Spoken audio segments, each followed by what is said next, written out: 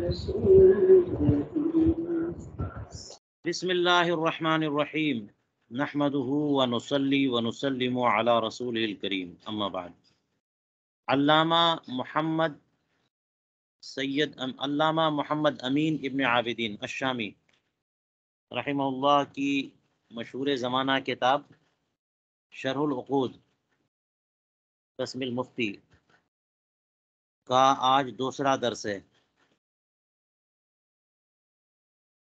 کل یعنی اس سے پہلے والے درس میں ہم نے علامہ شامی کے ابتدائی 10 اشعار کا ترجمہ کیا اور کچھ مطالب کی طرف اشارہ۔ انہی 10 اشعار کی تشریح میں علامہ شامی کیا کچھ ارشاد فرماتے ہیں، آج انہیں ہم سمجھنے کی کوشش کریں گے۔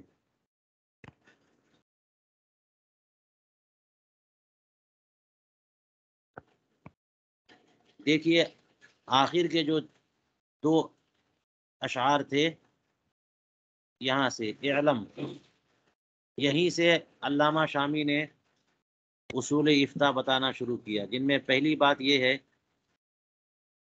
ان دونوں اشعار میں کہ فقہائے کرام پر، علماء پر، قضات پر، سب پر واجب ہے، یہاں تک کہ عاملین پر بھی عمل کرنے کے معاملے میں سب پر واجب ہے کہ ظاہر الروایہ کی اتباع کریں یا پھر ایسے مسئلے کی اتباع کریں کہ اہل ترجیح فقہائے کرام نے اس کو راجح قرار دے دیا ہو، اس کو راجح قرار دے دیا اس کی، بس یہی 2 بات ذہن میں رہے، یا تو ظاہر الروایہ یا راجح قول کی۔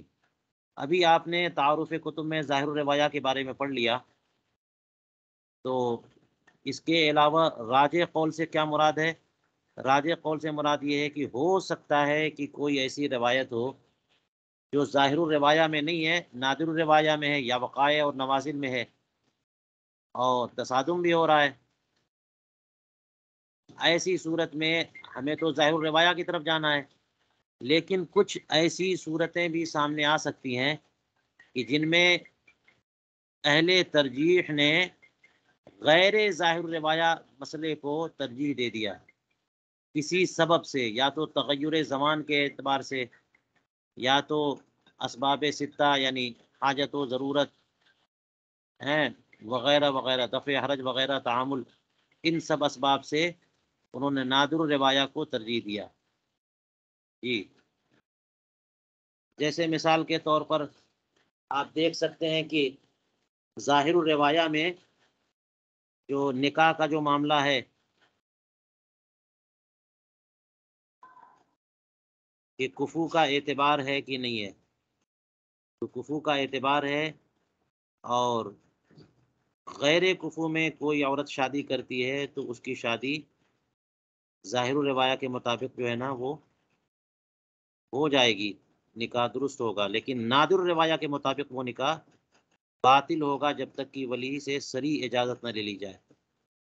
اور نادر الروایہ ہی کو ترجیح دی ہے علماء فقہائے ترجیح نے، اہل ترجیح فقہا نے نادر الروایہ کو، تو وہی مذہب حنفی ہو گیا۔ جی، اس طرح سے مثالیں آپ کے سامنے آتی جائیں گی۔ تو کیا واجب ہے؟ واجب یہی ہے کہ ظاہر الروایہ کی اتباع کریں، یا مرجحین نے جس مسئلے کو راجح قرار دے دیا ہو اس کی اتباع کریں۔ چلیے، لہذا پہلے یہ بات کریں گے ترجیح کے بارے میں۔ فرماتے ہیں اے ان الواجب علی من اراد ان یعمل لنفسه او یفتی غیرہ ان یتبع القول الذی رجحہ علماء مذہبہ۔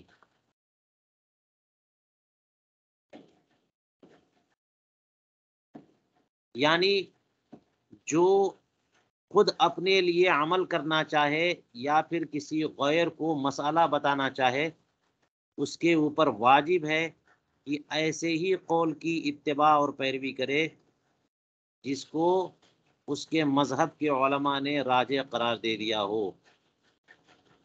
فلا يجوز له العمل اب الافتاء بالمرجوح، لہذا اس کے لیے جائز نہیں ہے کہ وہ عمل کرے یا فتویٰ دے، یعنی عامل کے لیے عمل کرنا یا مفتی کے لیے فتویٰ دینا، مرجوع پر فتویٰ دینا یا مرجوع کے مطابق عمل کرنا، یہ بالکل جائز نہیں ہے، الا فی بعض المواضع، مگر یہ کہ بعض مواضع میں جن کا استثناء ہے، جیسا کہ عنقریب نظم میں اس کا تذکرہ آئے گا۔ وہ اسباب ستہ ہیں، تغیر زمان کی بنیاد پر اور بعض اور دیگر وجوہ سے مرجوع پر فتویٰ ہوتا ہے جی، ورنہ ان مواضع کے علاوہ اصولاً مرجوع کا کوئی اعتبار نہیں ہے، مرجوع تو منزلہ عدم میں ہے، راجح قول ہی مذہب حنفی ہے، لہذا راجح قول ہی کی اتباع کریں گے۔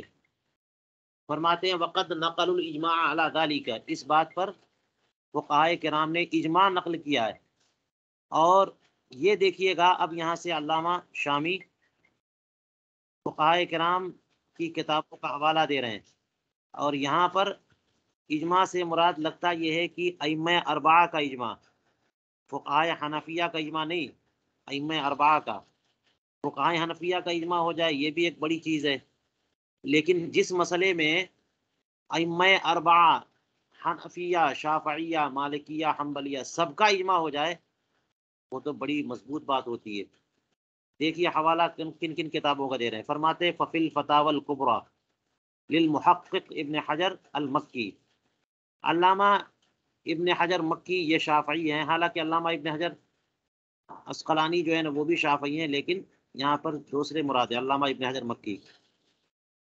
ان کے فتاوی کبریٰ، فتاوی کبریٰ ان کی کتاب ہے جو ان کی طرف منسوب ہے، ان کے فتاوی ہیں، اس میں یہ لکھا ہے کہ قال فی زوائد الروضہ، کہ زوائد الروضہ نام کی ایک کتاب ہے، اس میں فرمایا کہ انہ لا یجوز للمفتی والعامل ان یفتی او یعمل بما شاء من القولین او الوجہین من غیر نظر، کہ مفتی اور عامل کے لیے جائز نہیں ہے کہ فتویٰ دیں یا عمل کریں دو قول میں سے جس قول پر چاہیں یا دو وجہ میں سے جس وجہ پہ چاہیں، بغیر نظر و فکر کیے ہوئے، بغیر غور و فکر کیے ہوئے۔ یہ قولین اور وجہین، تو یہ کتاب تو فقہ شافعی کی کتاب ہے نا، علامہ ابن حجر مکی کی ہے تو جی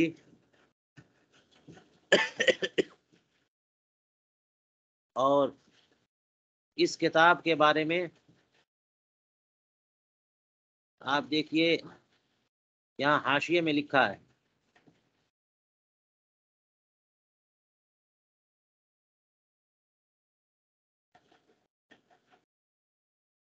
زوائد الروضہ، یہ ہے التاج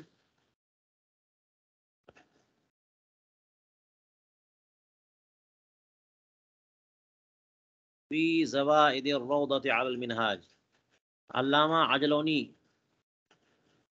کی ہے یہ، علامہ عجلونی یہ شافعی امام ہے، شافعی عالم دین ہے بہت بڑے، ان کی حدیث میں بھی ان کی کتاب موجود ہے، التاج فی زوائد الروضہ علی المنہاج۔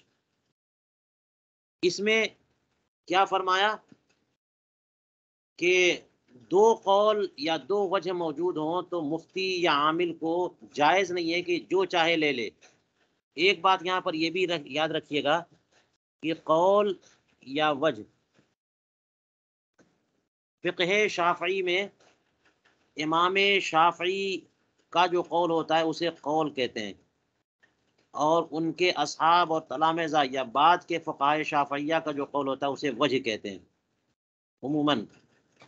اور امام شافعی ہوتا ہے کہ امام کی طرف دو قول منسوب ہو، حالانکہ امام شافعی کے دو اقوال عموماً ملتے ہیں، کیونکہ مصر جانے سے پہلے جو ان کی تحقیقات، جو ان کے مدون مسائل تھے ان کو قول قدیم کہتے ہیں، مصر جانے کے بعد جو ان کی تحقیقات سامنے آئیں ان کو قول جدید کہتے ہیں۔ تو کسی بھی مسئلے میں امام شافعی کے دو قول ہوں یا ان کے اصحاب یا بعد کے فقہائے شافعیہ کے دو قول ہوں جن کو وجہ کا، تو دو قول یا دو وجہ میں سے جو چاہے لے لے، یہ تو نفس پرستی ہو جائے گی کہ جناب آج ایک قول پہ عمل کر لیا، کل دوسرے قول پہ عمل کر لیا. ایسے نہیں، ایسے جو ہے نا آنکھ بند کر کے جو قول لے لیں. اگر ایک ہی قول ہے تو پھر تو متعین ہے، آنکھ بند کر کے اسی قول کو لینا ہے. لیکن کسی مسئلے میں امام کے دو قول ہوں یا فقیہ کے دو قول ہوں تو یہاں آنکھ بند نہیں کرنا ہے، بلکہ اسے دیکھنا ہے کہ ان دو قول میں کون راجح ہے، اسے اخذ کر لینا ہے، اور کون مرجوح ہے اسے چھوڑ دینا ہے. یہ زوائد الروبہ میں. وہذا لا خلاف فی، اس میں کوئی اختلاف نہیں. وسبقہ الی حکایت الاجماع فیہما ابن الصلاح، علامہ ابن الصلاح یہ بھی شافعی ہیں. والباجی، اور علامہ باجی یہ مالکی ہیں. من المالکیت فی المفتی، انہوں نے علامہ ابن الصلاح اور علامہ باجی مالکیہ میں سے ان حضرات نے بھی اس میں اجماع کا قول نقل کیا. تو علامہ ابن الصلاح نے اجماع کا قول نقل کیا فیہما. فیہما سے مراد مفتی اور عامل، جیسے اوپر کہا تھا ان یعمل لنفسہ، اور آگے کہا یفتی غیرہ. مفتی کا کام یہ ہوتا ہے کہ کوئی سوال کرتا ہے اسے جواب دینا ہوتا ہے، اور عامل یہ ہے کہ جس کو خود مسئلہ آن پڑا ہے اور اسے عمل کرنا ہے، کچھ نہ کچھ صورت معلوم کرنی ہے. تو عامل کے لیے بھی اور مفتی کے لیے بھی، عامل مسئلے کی تلاش کرتا ہے اپنے عمل کے لیے، مفتی مسئلے کی تلاش کرتا ہے دوسرے کو بتانے کے لیے. تو یہ جو زوائد الروضہ میں مسئلہ ہے یہ عامل اور مفتی دونوں کے لیے، اور امام ابن الصلاح نے اس مسئلے میں اجماع نقل کیا ہے دونوں کے تعلق سے، کہ مفتی کے لیے بھی یہی مسئلہ ہے اور عامل کے لیے بھی. لیکن علامہ باجی جو ہے وہ اجماع نقل کرتے ہیں صرف مفتی کے بارے میں، کہ دیکھیے کیا کہہ رہے ہیں، والباجی من المالکیۃ فی المفتی، صرف مفتی کے بارے میں اجماع. ٹھیک ہے، لیکن اجماع تو ہوا. وکلام القرافی دال علی ان المجتہد والمقلد لا یحل لہما الحکم والافتاء بغیر الراجح. علامہ قرافی کا کلام دیکھیے.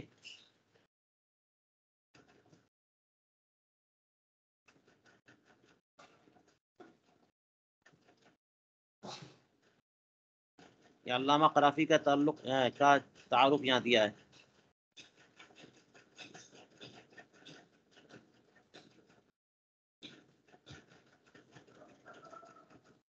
ہو سکتا ہے یہی کتاب مراد ہو. ٹھیک ہے، تو فرماتے ہیں کہ وکلام القرافی، یہ سب باتیں چل رہی ہیں فتاوی کبریٰ امام ابن حجر مکی کی، انہی کا اقتباس جاری ہے. فرماتے ہیں کہ امام قرافی کا کلام اس بات پر دلالت کرتا ہے کہ مجتہد اور مقلد دونوں کے لیے جائز نہیں ہے کہ وہ غیر راجح پر فیصلہ کریں اور فتویٰ دیں. الحکم والافتاء بغیر الراجح، یعنی صرف راجح کے ساتھ چپک جانا ضروری ہے، اور غیر راجح کیا ہوگا؟ مرجوع کلام ہوگا، مرجوع روایت ہوگی. مرجوع کے مطابق فتویٰ دینا، فیصلہ کرنا نہ تو مقلد کو جائز ہے اور نہ مجتہد کو جائز ہے. لِأَنَّهُ اتباع للہوا وهو حرام اجماعاً، اور اس لیے کہ یہ اتباع ہوا ہے اور یہ اجماعی طور پر حرام ہے. وَأَنَّ مَحَلَّهُ فِي الْمُجْتَهِدِ مَا لَمْ تَتَعَارَضِ الْأَدِلَّةُ عِنْدَهُ وَيَعْجُزُ عَنْ التَّرْجِيحِ.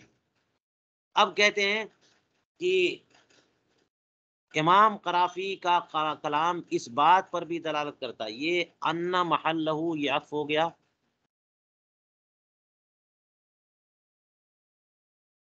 اس پر ان المجتہدہ، یعنی امام قرافی کا کلام اس پر بھی دلالت کرتا ہے اور اس پر بھی.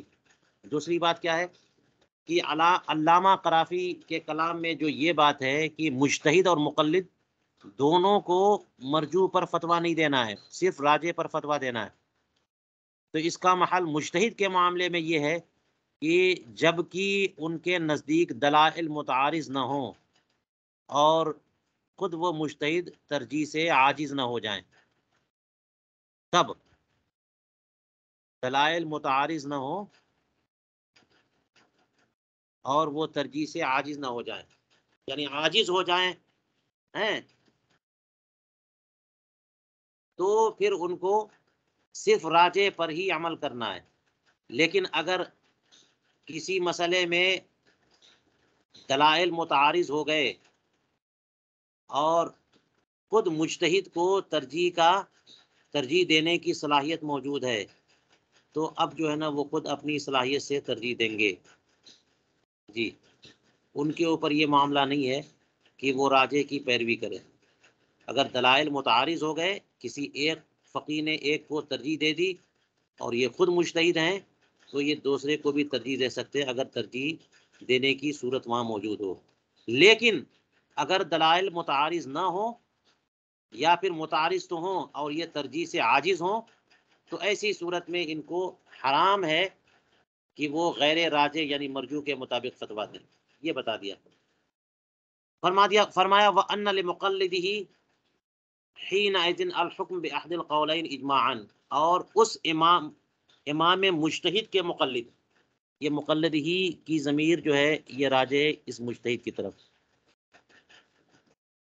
اس مجتہد کے مقلد جو مفتی ہیں ان کو حِينَئِذٍ ایسے وقت جائز ہے کہ دونوں قول میں سے جس قول پر چاہیں فتویٰ دے. الحکم بأحد القولین، کب؟ جبکہ دلائل متعارض ہوں.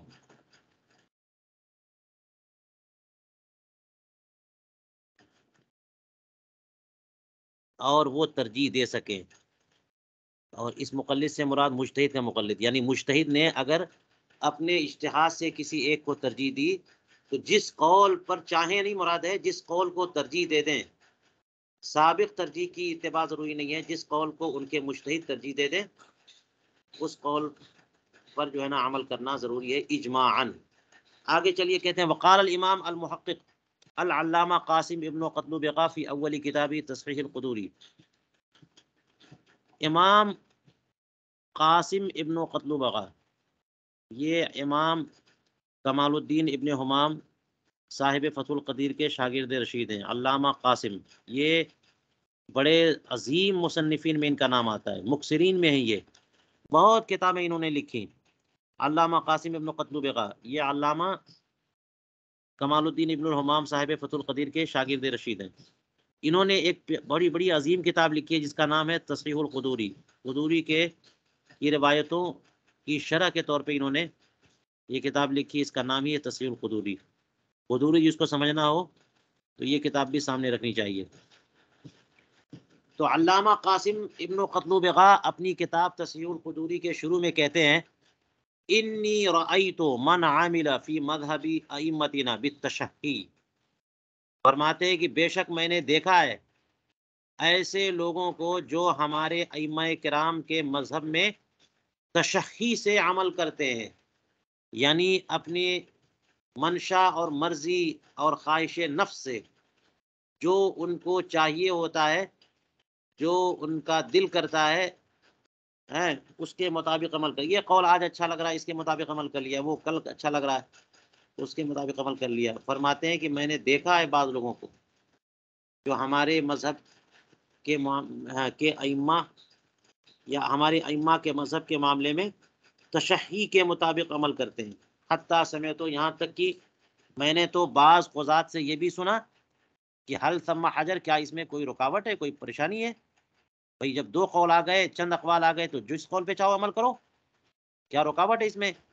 تو علامہ قاسم فرماتے ہیں کہ ہاں، انہوں نے جب یہ بعض قاضی نے یہ کہا کہ کیا کوئی پریشانی اس میں ہے تو میں نے کہا ہاں اتباع الہوا حرام والمرجوح فی مقابلۃ الراجح بمنزلۃ العدم والترجیح بغیر مرجح فی المتقابلات ممنوع. میں نے کہا کہ ہاں خواہش نفس کی اتباع حرام ہے اور راجح کے مقابلے میں مرجوح تو بمنزلہ عدم ہے، جیسے کچھ نہیں ہے، ختم. آپ مرجوح کی طرف کیوں جا سکتے جو چیز ہے ہی نہیں؟ تو مرجوح راجح کے مقابلے میں تو لا شیء محض کے درجے میں، اور بغیر کسی مرجح کے متقابلات میں ترجیح آپ کیسے دے سکتے ہیں؟ دو قول مل گئے، آپ کے پاس کوئی مرجح نہیں ہے کہ ایک قول کو دوسرے قول پہ ترجیح دے، آپ خاموش ہو جائیے، توقف کریے. متقابلات متقابلات کا معنی دو یا زائد ایسی روایتیں کہ جن میں ترجیح کی کوئی صورت سمجھ میں نہ آتی ہو، تو ایسے متقابلات میں مرجح اگر موجود نہیں ہے تو ترجیح دینا ممنوع ہے۔ جی، یہ بھی دیکھ لیجیے آپ، یہ بھی ایک حنفی ایک امام کا حوالہ آ گیا کہ راجح پر عمل کرنا ہے، مرجوح پر نہیں۔ اور چلیے آگے کہتے ہیں وقال فی کتاب الاصول للیعمری، امام یعمری کی ایک کتاب ہے، یہ بھی حنفی نہیں ہے، اور حنفی امام کی بھی کا بھی حوالہ اوپر آیا، اس سے پہلے شافعی امام کا حوالہ آیا، مالکی امام کا حوالہ آیا۔ دیکھیے کیسے اس معاملے میں اجماع ہے کہ راجح کی پیروی کرنی ہے، مرجوح کو نظر انداز کرنا ہے۔ تو اصول افتاء اور اصول فقہ کے متعلق جو کتاب ہے امام یعمری کی، اس میں کیا فرماتے ہیں؟ فرماتے ہیں من لم یطلع علی المشہور من الروایتین او القولین فلیس له التشہی او الحکم والحکم ما شاء منہما من غیر نظر فی الترجیح۔ فرماتے ہیں کہ دو روایتیں یا دو قول موجود ہوں، ان میں سے جو بندہ مشہور روایت یا مشہور قول پر مطلع نہ ہو، اسے حق نہیں ہے کہ ان دو روایتوں میں ترجیح کے معاملے میں نظر اور غور و فکر کیے بغیر جس کے مطابق چاہے حکم لگا دے اور جو چاہے پسند کر لے، جس پہ چاہے عمل کرنا شروع کر دے۔ تو بغیر ترجیح کے تشہیح اور حکم اور فیصلہ اور افتاء یہ حق نہیں ہے کسی کو۔ دیکھیے یہ بھی ایک حوالہ آ گیا۔ فرماتے وقال الامام ابو عمرو فی آداب المفتی، امام ابو عمرو نے آداب المفتی نام کی کتاب میں فرمایا اعلم ان من یکتفی بان یکون فتواہ او عملہ موافقا لقول او وجہ فی المسألة ویعمل بما شاء من الاقوال والوجوہ من غیر نظر فی الترجیح فقد جہل وخرق الاجماع۔ یہ کیا فرما رہے ہیں؟ فرماتے ہیں کہ جان لو، جو شخص صرف اتنی ہی بات پر اکتفا کر لے جائے کہ اس کا فتویٰ یا اس کا عمل کسی بھی قول کے موافق ہو جائے، یا مسئلے میں کئی وجوہ ہیں تو کسی بھی وجہ کے موافق ہو جائے، بس اتنا ہی کافی ہے، اور وہ یہ سمجھے کہ جس اقوال اور وجوہ میں سے جس قول یا جس وجہ کے مطابق فیصلہ عمل کر لے جائے بغیر ترجیح کے تعلق سے غور و فکر کیے، تو یہ بالکل غلط ہے۔ فرمایا فقط جاہلا، اس نے جہالت والا کام کیا اور وہ خارق اجماع ہو گیا، اس نے اجماع کے خلاف عام کام کیا، اجماع توڑ دیا اس نے۔ کیا مطلب؟ مطلب یہ ہے کہ آپ دیکھ لیجئے، اسی وجہ سے تو فقہ کو مشکل ترین فن اور علم مانا جاتا ہے۔ فقہ حنفی میں بھی آپ دیکھیے گا ہر طرح کی روایتیں مل جائیں گی، تو جناب آپ کو جو فیصلہ کرنا ہے کسی مسئلے میں کہ یہ مسئلہ، یہ معاملہ حلال ہے، حرام ہے، جائز ہے، ناجائز ہے، آپ فقہ کی کتابیں کھولیے تو آپ کو مل جائے گا کہ بعض لوگ یہ کہتے ہیں جائز ہے، بعض لوگ یہ کہتے ہیں ناجائز ہے۔ اب آپ سوچئے کہ چلو اس سے میچ نہیں کر رہا، فلاں کے قول سے تو ہمارا فیصلہ میچ کر رہا ہے نا، بس ہم آگے بڑھیں، کوئی تو قول مل رہا ہے جواز کا۔ یہ جس کا مزاج اور جس کی ذہنیت ہو وہ خارق اجماع ہے، وہ جاہل ہے۔ انہوں نے کیا کہہ دیا کہ من یکتفی بأن یکون فتواہ او عملہ موافقا لقول، کسی بھی قول کے موافق اس کا فتویٰ ہو جائے، اسی پر اکتفا کر لے جائے، فرماتے فقط جاہلا، یہ تو نادانی کا کام ہے۔ ایسا نہیں، ایسا درست نہیں ہے، بلکہ ضروری اس معاملے میں کیا ہے کہ نہیں، اتنا آپشن نہیں ہے، وہ اسے راجح قول کی پابندی کرنی ہے، مرجوح قول کو بالکل چھوڑ دینا ہے۔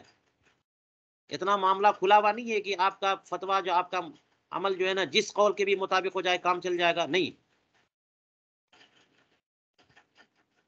فرماتے وحق الباجی انہ وقعت له واقعہ، علامہ باجی نے ایک واقعہ بیان فرمایا کہ خود ان کے ساتھ ایک واقعہ ہوا، فافتوا فیہا بما یضرہ، تو اب لوگوں نے اس کے متعلق مفتیان کرام سے، اس زمانے کے کسی قاضی یا مفتی سے سوال کیا ہوگا، تو لوگوں نے مسئلہ بتا دیا، اس مسئلے میں حکم بتا دیا، اور حکم وہ بتایا جو علامہ باجی کے لیے نقصان دہ تھا، ان کے موقف کے خلاف تھا، یعنی کسی مسئلے میں وہ مدعی ہوں گے کسی چیز کے، کوئی معاملہ ہوگا اور یا پھر دعویٰ نہ ہو کوئی اور معاملہ ہو تو ان کے خلاف فتویٰ گیا.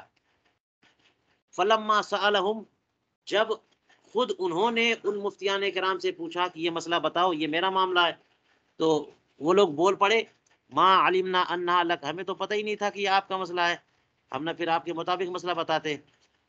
وَأَفْتَوْا بِالرِّوَایَةِ الْأُخْرَى الَّتِي تُوَافِقُ قَصْدَهُ، اور پھر انہوں نے دوسری روایت کے مطابق انہیں مسئلہ بتا دیا جو امام علامہ باجی کے مقصد اور مراد کے موافق تھا.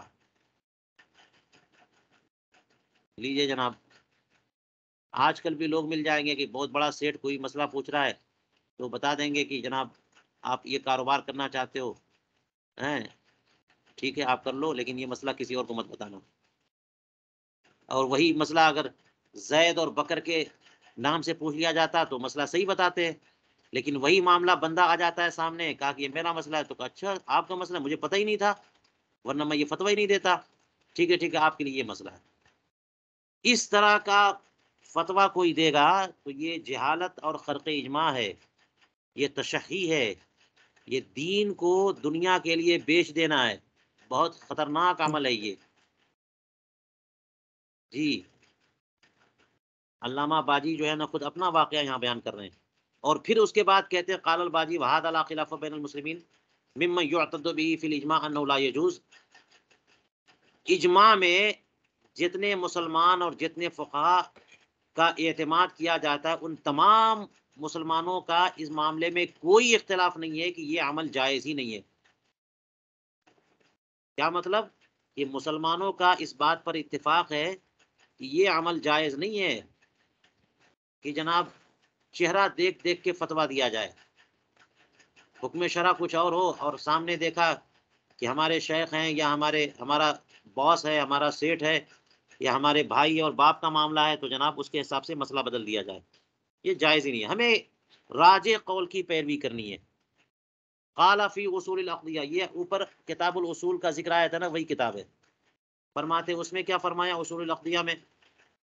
ولا فرق بین المفتی والحاکم، یہ جو اوپر بتایا ہے کہ راجح قول کی اتباع لازم ہے، اس میں نہ مفتی اور نہ حاکم، ان دونوں کا کوئی فرق نہیں ہے کہ جناب مفتی کو یہ حق نہیں ہے لیکن حاکم کو حق ہے.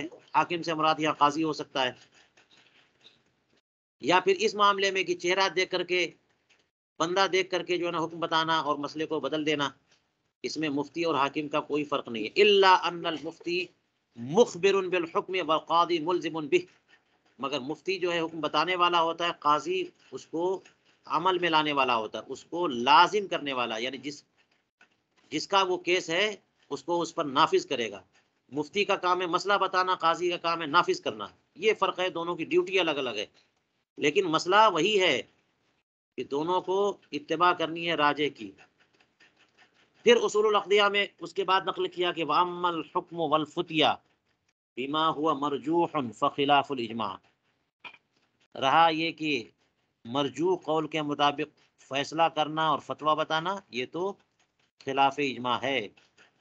وَسَيَأْتِي مَا إِذَا لَمْ يُوجَدْ تَرْجِيحٌ لِأَحَدِ الْقَوْلَيْنِ، اور ان قریب تفصیل آئے گی اس صورت مسئلہ کی جبکہ دو قول میں سے کسی قول کی ترجیح نہ ملے تو. یہ پوری بات یہ کر رہے ہیں کہ راجح قول کی اتباع ضروری ہے. تو اب سوال یہ آیا کہ راجح قول ملے تب نا، دو قول میں راجح قول معلوم ہو جائے، مل جائے تب تو، اور دو قول سامنے ہو ترجیح نہ ملے ہمیں تو کیا کریں گے؟ کیسے اس کی تفصیل آگے آتی ہے. علامہ شامی یہاں کہتے ہیں وقولی عن اہلہ، یہ دیکھیے انہوں نے کہا تھا ترجیحہ عن اہلہ، یہ اہل ترجیح سے اس کی ترجیح معلوم ہو چکی ہے. تو یہ اہل سے کیا مراد ہے؟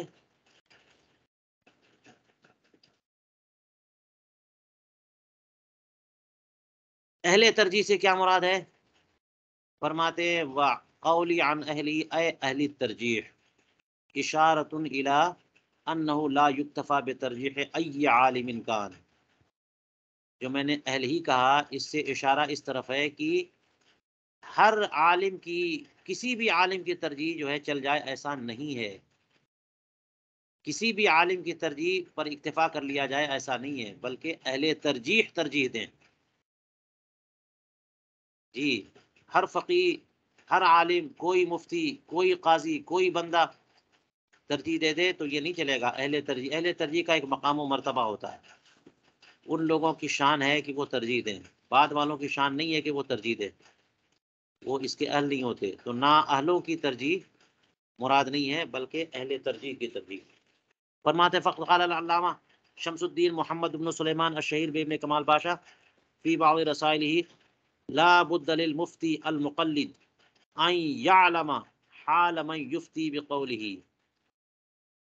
علامہ ابن کمال پاشا، ان کی پوری تعریف کی انہوں نے کہ ان کا نام شمس الدین محمد ابن سلیمان ہے، جو ابن کمال پاشا کے نام سے مشہور ہیں. یہ بہت بڑے فقیہ گزرے ہیں 900 ہجری کے بعد، اور ان کی بھی بہت کتابیں ہیں، فقہ میں بہت کتابیں ہیں. بڑی مشہور کتاب ان کی ایضاح اور اصلاح ہے، اصلاح الوقایا اور ایضاح الوقایا، اور ان کے رسائل بہت ہیں. ان کا تذکرہ علامہ شامی بھی بار بار کرتے ہیں، اور غالباً در مختار کی شرح انہوں نے بھی لکھی ہے. تو انہوں نے ہی اپنے کسی رسالے میں طبقات فقہا کی درجہ بندی کی ہے، علامہ ابن کمال پاشا نے. جی، اور جو درجہ بندی انہوں نے کر دی ہے، فقہا کے 7 طبقات بیان کر دیے ہیں، ان کا تذکرہ آگے آ رہا ہے.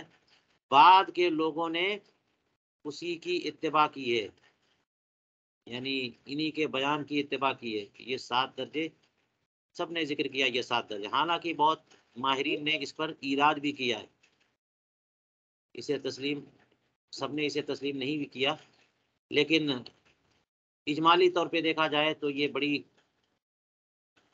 واضح اور معقول تقسیم لگتی ہے. کہیں کہیں کچھ تشویش بھی محسوس ہوتی ہے، ہم آگے پڑھیں گے اس کے بارے میں.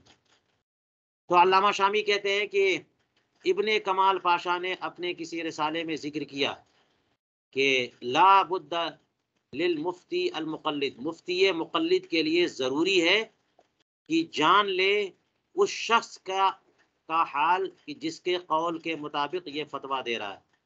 مفتی مقلد یعنی مفتی مجتہد ہے، تو اس کو تو اجتہاد کی بنیاد پر اسے اہلیت حاصل ہے، اسے حق حاصل ہے کہ وہ کسی قول کو ترجیح دے یا خود اجتہاد کرے. لیکن وہ مفتی اگر مفتی مقلد ہے تو کسی قول کو لے رہا ہے تو پہلے اسے معلوم ہونا چاہیے کہ جس بندے کے قول کو، جس فقیہ کے قول کو میں لے رہا ہوں، وہ فقیہ ہیں کس درجے کے، کون ہے وہ. یہ نہیں کہ جناب کسی کا بھی قول لے لیا اور فتویٰ دے دیا. تو انہوں نے کہا کہ مفتی مقلد کے لیے اپنے متبع مفتی کے حال سے واقفیت ضروری ہے. اور یہ جو ہم نے کہا کہ پہلے کے مفتی کی حالت جاننا ضروری ہے، فرماتے ولا نعنی بذالک معرفتہ باسمہ ونسبہ ونسبتہ الی بلد من البلاد. اور یہ جو ہم نے کہا کہ ان کی حالت جاننا ضروری، مراد یہ نہیں کہ ان کا نام کیا تھا، ان کا نسب کیا ہے، کس نسب سے ہیں وہ، اور کس شہر سے تعلق رکھتے ہیں، ان کے باپ کا نام کیا ہے، دادا کا نام کیا ہے. یہ سب نہیں، یہ تو شخصی جو ہے نا، یہ بایو ڈاٹا ہے، یہ شخصی تفصیلات ہیں. نہیں، فقہ میں ان کا مقام کیا ہے، وہ کس طبقے سے تعلق رکھتے ہیں، اور تفقہ میں ان کے مدارج کیا ہیں، کس درجے کا فقہائے کرام ان پر اعتماد و استناد کرتے ہیں، ان کا لیول کیا ہے. یہ سب باتیں معلوم ہونا چاہیے، نہ یہ کہ ان کا نام، نسب اور کہاں سے تعلق رکھتے تھے، کب پیدا ہوئے، کب انتقال ہوا، یہ سب نہیں، شخصی معلومات نہیں. اذ لا یسمن ذالک ولا یغنی، اس لیے کہ اس سے کوئی فائدہ نہیں ہوگا. نام نسب جان لینے سے کیا فائدہ ہوگا. بل معرفتہ پھر روایتی بل معرفتہ پھر روایتی ودرجتہ فی الدرایہ، بلکہ ہماری مراد کیا ہے، ان کے حالت سے واقفیت سے مراد روایت میں ان کی معرفت اور درایت میں ان کا مقام. روایتیں کتنی ان کو معلوم ہے، علم حدیث میں کس درجے کے ہیں وہ، یا روایت فقہیہ کی بات ہے تو وہ متقدمین میں ہیں، متاخرین میں ہیں، اصحاب فتاوی یا مجتہدین فی المسائل میں ہیں یا اہل ترجیح میں ہیں، اہل تخریج میں ہیں، کس میں ہیں؟ وہ درایت میں کیا مقام ان کا ہے؟ وہ مجتہد ہیں کہ مقلد ہیں؟ فقہی بصیرت ان کی کیا ہے؟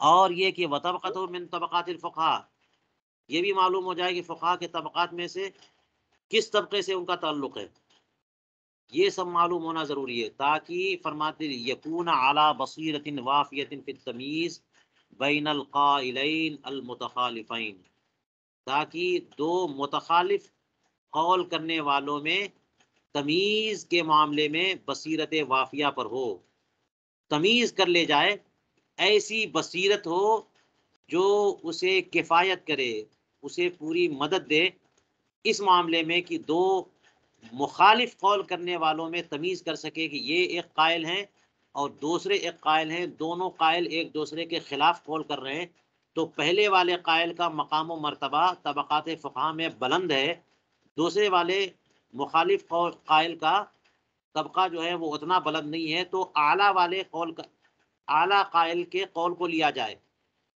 جی یہ فائدہ ہونا چاہیے، اتنی بصیرت ہونی چاہیے، اسی پر عطف ہے، یعنی اعلیٰ بصیرت وافیہ پر، وقدرت کافیت فی الترجیح بین القولین المتعارضین، اور یہ سب باتیں معلوم ہوں گی کہ جس کا ہم قول لے رہے ہیں وہ روایت و درایت میں کس مقام کے ہیں، تو دو متعارض قولوں میں ترجیح دینے میں بھی قدرت کافیہ حاصل ہو جائے گی، ورنہ خالی نام اور نسب اور شہر معلوم کرنے سے تھوڑی یہ کام چلتا ہے۔ چلیے ونقول، اب ان کی تفصیل جو علامہ ابن کمال پاشا نے بیان کیے اس کے بارے میں کہتے ہیں ان الفقہاء علی سبع طبقات، فقہاء کرام کے 7 طبقات ہیں، اور یہ 7 طبقات آپ لوگ نوٹ کر لیجئے گا۔ فرماتے الاولی طبقۃ المجتہدین فی الشرع، پہلا طبقہ مجتہدین فی الشرع کا طبقہ، جیسے ائمہ اربعہ، ومن سلک مسلکم فی تاسیس قواعد الاصول، اور جن لوگوں نے بھی ان کے راہ اختیار کی قواعد اصول کی تاسیس میں، و استنباط احکام الفروع عن الادلۃ الاربعہ، اور انہی ادلہ اربعہ قرآن و حدیث و اجماع و قیاس سے فروع کے احکام اخذ کرنے، استنباط کرنے میں ان کی راہ اختیار کی، اصول بھی بنائے، احکام فروع اخذ بھی کیے، من غیر تقلید لاحد، اور کسی کی تقلید نہیں کی، بغیر کسی کی تقلید کے اصول بھی وضع کیے اور ان اصول کے مطابق احکام مستنبط بھی کیے، وہ لوگ جو ہیں پہلے طبقے سے تعلق رکھتے ہیں، لا فی الفروع ولا اصول، وہ کسی کی تقلید نہیں کرتے، نہ اصول میں نہ فروع میں، ان کو مجتہدین فی الاصول کہتے ہیں یا مجتہدین فی المسائل۔ یہ جو دیکھیے آپ نے ائمہ اربعہ، یہ تو آپ کو پہلے سے پتا ہے، امام مالک ہے، امام اعظم ابو حنیفہ، امام مالک، امام شافعی، امام احمد ابن حنبل، 4 ہو گئے، لیکن یہاں پہ وہ من سلک مسلکہم، جو ان کے طریقے پر، یعنی اصول بھی وضع کیے اور ان سے احکام بھی اخذ کیے۔ تو ایسا نہیں ہے کہ ائمہ کرام جو اصول، ائمۃ الاصول ہیں یا مجتہدین فی الشرع ہیں، وہ 4 ہی ہیں، ان سے زائد ہیں، یہ 4 کا معاملہ، زائد کا مطلب یہ ہے کہ امام اوزاعی خود امام ہیں، اور اسی طرح سے امام سفیان ثوری ہیں، اور بھی دیگر ائمہ کرام کا نام آتا ہے جو امام المذہب اور امام الاصول ہیں، امام الشرع ہیں، مجتہدین فی الشرع کے طبقے سے تعلق ان کا ہے، تو اور لوگ بھی ہیں، بہت ہیں۔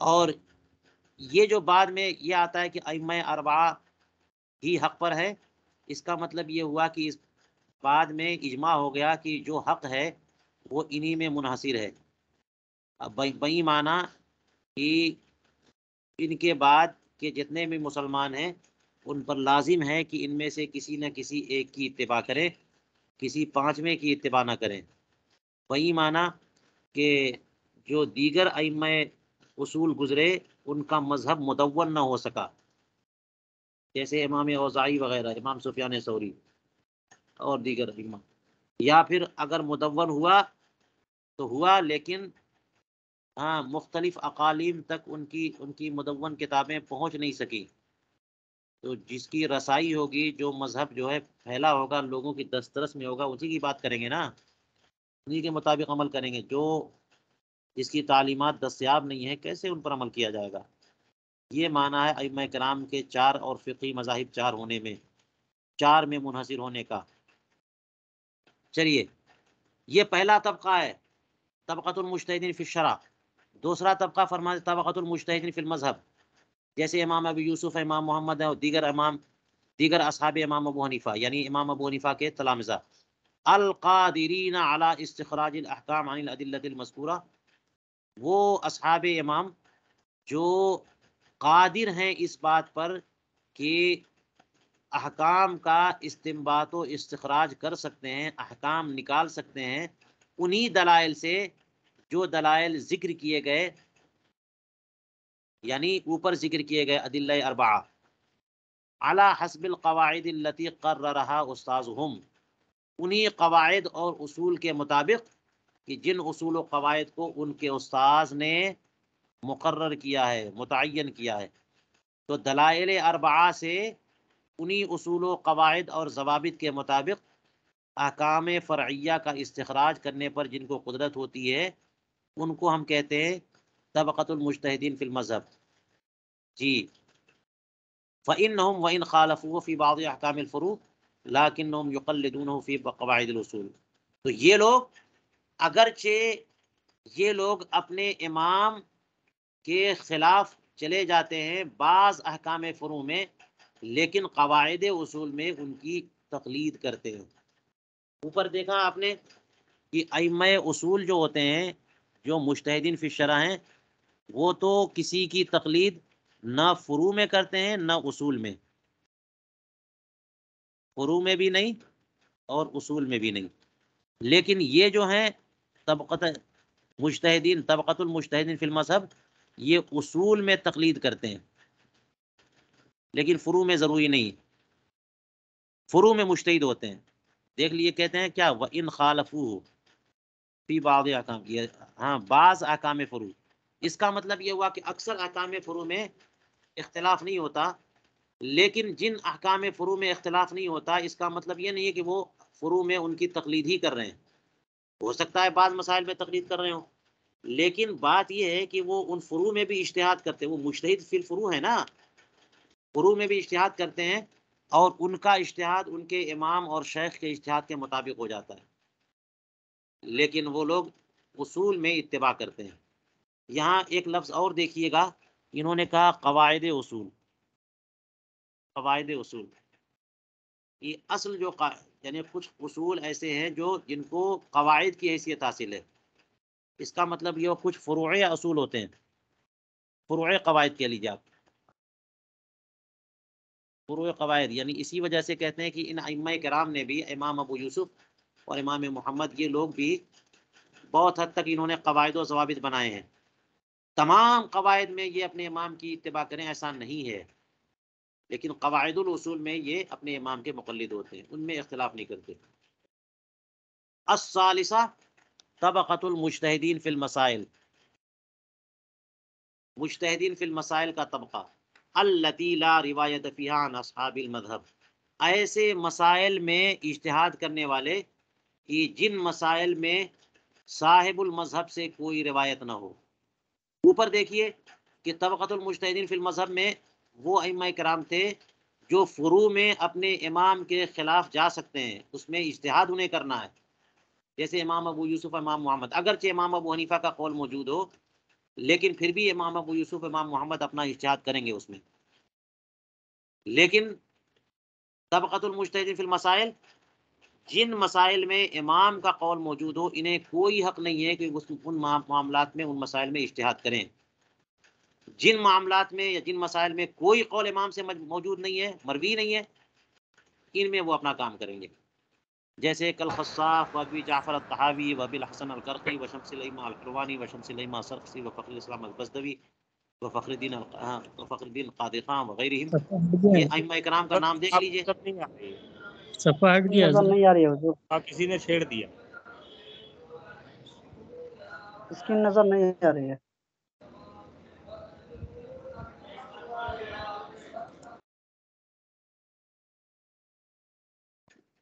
اب نظر آ رہا ہے؟ جی آ رہی ہے. تو ہم بات کر رہے ہیں تیسرے طبقے کی. تیسرا طبقہ، یہ دوسرا طبقہ ہو گیا، یہ پہلا طبقہ ہو گیا. آپ لوگ نوٹ بنا لیجئے گا اپنے الفاظ میں. تیسرا طبقہ مجتہدین فی المسائل کا ہے. یہ لوگ ایسے مسائل میں اجتہاد کرتے ہیں جو مسائل امام سے مروی نہیں ہے. کوئی نیا مسئلہ ان کے سامنے آیا، اس میں امام کا کوئی قول نہیں ملا، تو اپنے اجتہاد سے اس میں حکم شرع معلوم کریں گے. یہ کون لوگ ہیں؟ دیکھیے اتنا نام بتایا انہوں نے. فَإِنَّهُمْ لَا يَقْدِرُونَ عَلَى مُخَالَفَةِ الْإِمَامِ. یہ ائمہ کرام امام کے خلاف نہیں جا سکتے، لا فی الاصول ولا فی الفروع، کسی میں. لیکن جس مسئلے میں انہیں امام کا قول نہیں ملا ان میں انہیں کام کرنا ہے. لَكِنَّهُمْ يَسْتَنبِطُونَ الْأَحْكَامَ مِنَ الْمَسَائِلِ الَّتِي لَا نَصَّ فِيهَا عَنْهُ. لیکن یہ لوگ احکام کا استنباط کریں گے، یہ من بیانیہ، ان مسائل کے احکام کا استنباط کریں گے جن میں کوئی نص امام سے موجود نہیں ہے.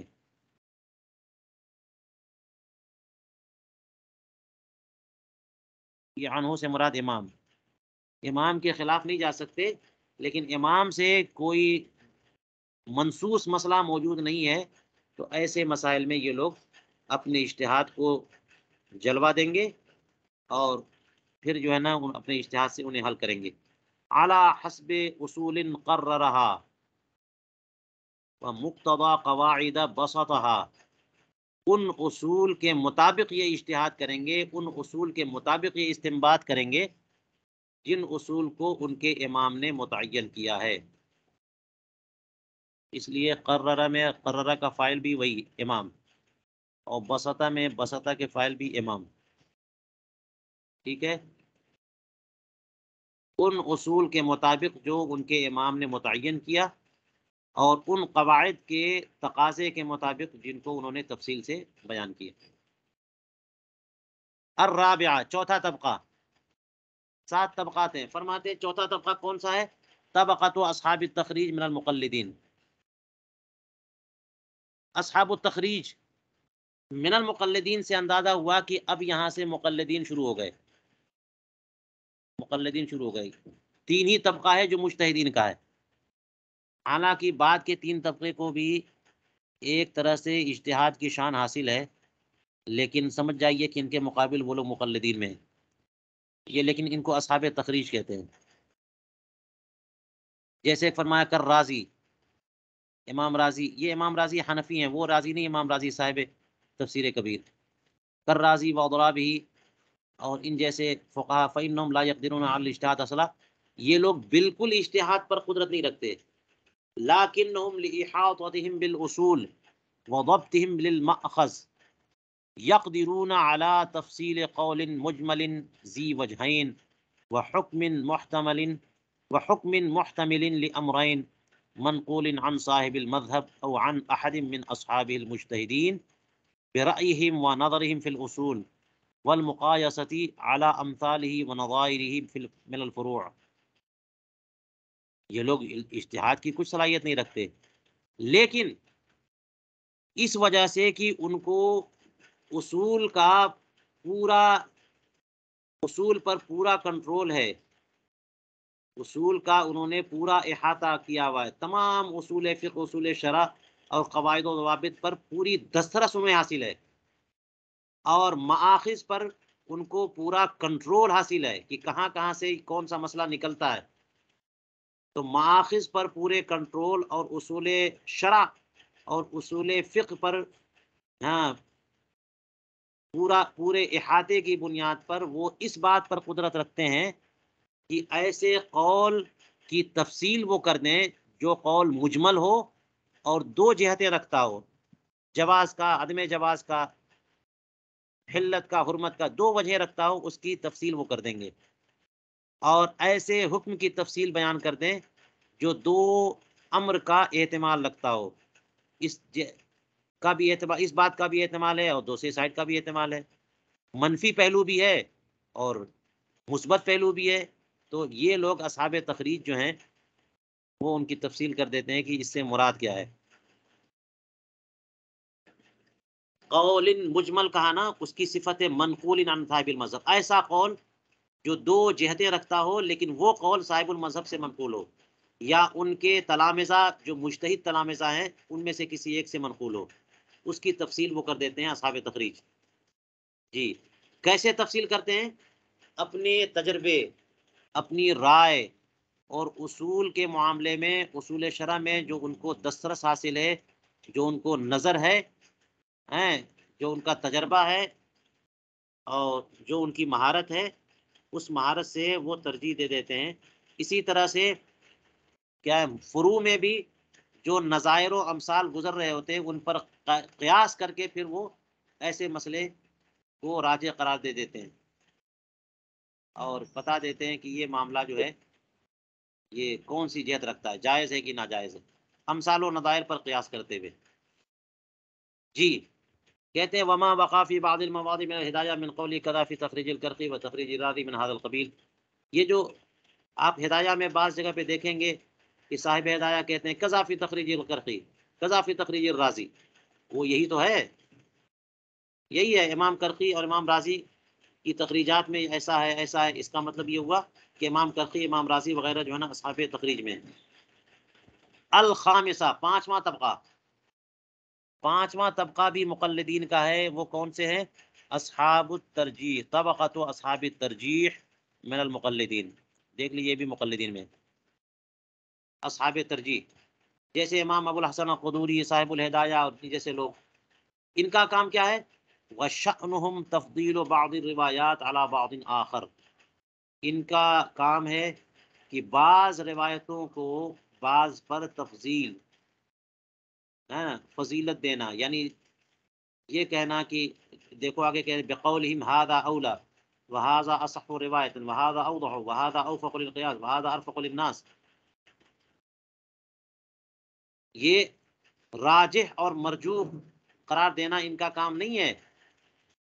راجح اور مرجوح کے بارے میں تو آپ کو بات معلوم ہو گئی نا کہ مرجوح بمنزلہ عدم ہے، مرجوح کچھ نہیں ہے، لیکن یہاں جب اصحو کہیں گے، اوفقو کہیں گے، اوضحو کہیں گے، اس کا مطلب دونوں کی قدر و قیمت ہے، دونوں معتبر ہیں، لیکن ان میں ایک زیادہ صحیح ہے، زیادہ مناسب ہے، اسی لیے کہتے ہیں کہ تفضیل، ترجیح نہیں بلکہ تفضیل۔ وہ اپنے اس قول سے کہیں گے، وہ یہ فرمائیں گے ھذا اولا، یہ بہتر ہے، یہ زیادہ صحیح ہے روایت کے اعتبار سے، یہ زیادہ واضح ہے، یہ قیاس کے زیادہ موافق ہے، یہ لوگوں کے زیادہ مناسب ہے۔ تو یہ ترجیح، اصحاب ترجیح کا کام اصحاب تخریج کے بعد آتا ہے۔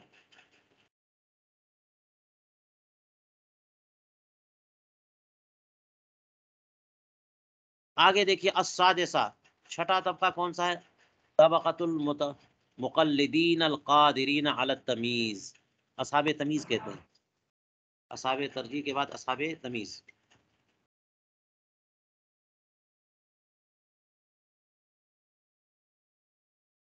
اصحاب تمیز جو تمیز پر قدرت رکھتے ہیں، بین الاقوی والقوی والضعیف وظاہر الروایہ وظاہر المذہب والروایت النادرہ، یہ لوگ اقوی اور قوی کے درمیان تمیز کر سکتے ہیں، ضعیف اور قوی کے درمیان تمیز کر سکتے ہیں، ظاہر الروایہ ظاہر المذہب، نادر الروایہ روایت نادرہ، ان میں تمیز کر سکتے ہیں، یہ بتائیں گے کہ یہ ظاہر المذہب ہے، یہ روایت نادرہ ہے، یہ ضعیف ہے، یہ قوی ہے، یہ اقوی ہے۔ جیسے فرماتے کہ اصحاب المتون المعتبرہ، جیسے معتبر متون کے لکھنے والے مصنفین، یہ لوگ جو ہے نا چھٹے طبقے میں آتے ہیں۔ صاحب کنز ہیں علامہ نصفی جو ہے، صاحب مختار ہے علامہ داؤد موصلی، اور صاحب وقایہ ہے، اور صاحب مجمع البحرین مراد ہے۔ اور فرمایا اس طرح کے لوگ، ان کا ذکر ہم نے متون میں کیا تھا۔ وَشَأْنُهُمْ أَنْ لَا يَنْقُلُوا فِي كُتُبِهِمُ الْأَقْوَالَ الْمَرْدُودَةَ وَالرِّوَایَاتِ الضَّعِیفَةَ، ان کا کام یہ ہے یہ لوگ اپنی کتابوں میں اقوال مردودہ اور روایات ضعیفہ نہ بیان کریں، ضعیف روایتیں اور منقول اقوال بیان نہ کریں، بلکہ جو راجح اور مختار اقوال ہے انہی کو بیان کرے۔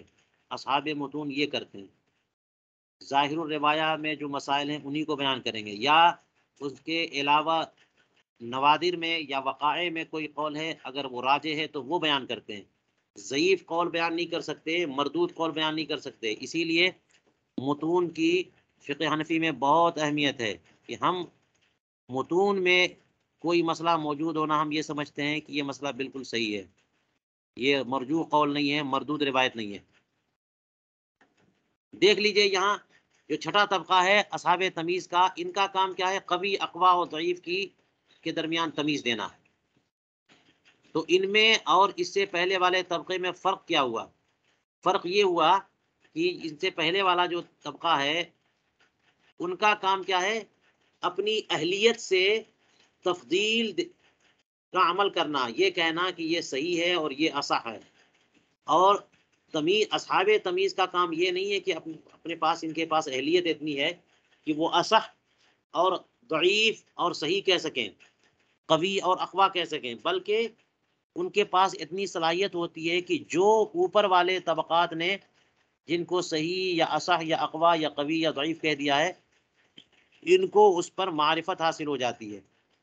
یہ تمیز کر لیتے ہیں، یہ جان لیتے ہیں کہ یہ قول قوی ہے، یعنی تقویت یہ نہیں دے رہے ہیں، تقویت دینے والے اوپر والے لوگ ہیں، اوپر والے ہیں جو ڈکلیئر کریں گے کہ یہ کون سا قوی ہے، کون اقوا ہے، کون ضعیف ہے۔ یہ اوپر والے طبقات کے ذریعے جو قول قوی، اقوا یا ضعیف ہے ان کو جان لیتے ہیں۔ چلیے آخری طبقہ السابعہ، ساتواں طبقہ فرماتے ہیں طبقۃ المقلدین الذین لا یقدرون علی ما ذکرت، جو کچھ ذکر ہوا ان پر کسی پر قدرت نہیں رکھتے۔ ولا یفرقون بین الغث والسمین، یہ کچھ کھرے کھوٹے میں کوئی فرق نہیں رکھتے۔ ولا یمیزون الشمال من الیمین، سیدھا الٹا کون ہے وہ پتہ نہیں چلتا ان کو، دائنا بایاں کیا ہے اتنی بھی تمیز نہیں رکھتے۔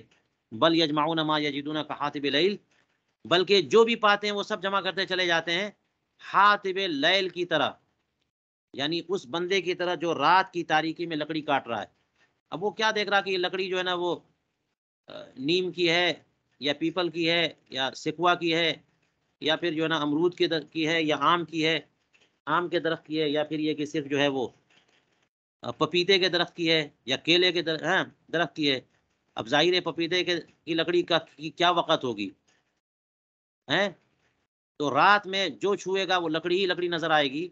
تو رات میں جو لکڑی کاٹے گا وہ کیسی لکڑیاں کاٹ کے لائے گا بغیر کسی تمیز کے، اس کی جمع کردہ لکڑیوں کا کوئی اعتبار نہیں ہے۔ اسی طرح سے بعد کے فقہا، بعد کے علماء جو ہیں وہ اتنی بھی صلاحیت نہ رکھے اور جو ملتا جائے جمع کرتے جائیں، ان پر کوئی اعتبار نہیں ہو سکتا۔ فالویل لمن قلدہم کل الویل، تو تباہی ہے جو ان کی اتباع کرے پوری تباہی۔ انتہا مع حذف شیء یسیر وستأتی بقیۃ الکلام فی ذلک، جو کچھ علامہ ابن کمال پاشا نے بیان کیا وہ مکمل ہوا کچھ ہلکی پھلکی تبدیلیوں کے ساتھ، اور بقیہ کلام آگے اس سلسلے میں آئے گا۔ چلیے یہاں تک ہم آج کا درس روکتے ہیں۔